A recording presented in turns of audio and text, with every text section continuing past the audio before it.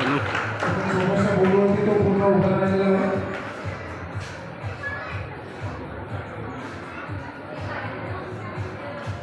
आणि आपण पाहिजे प्रत्येक स्पर्धेमध्ये वेगळं नाव असतं, विशिष्ट नाव असतं, आंतरशालेय स्पर्धा, त्यानंतर कुठेतरी चषक.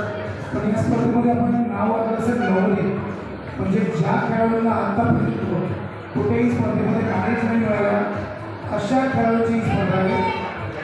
एक टी बॅलन्स तेथूनच वृक्षासन, आडवा भंगी करायला, तेथूनच एकाठी भंगी करायला, लहान वेळेस सुपर गोल बोलतात आणि सुंदर असा शेवट 2 करून शेवट केलेला आहे.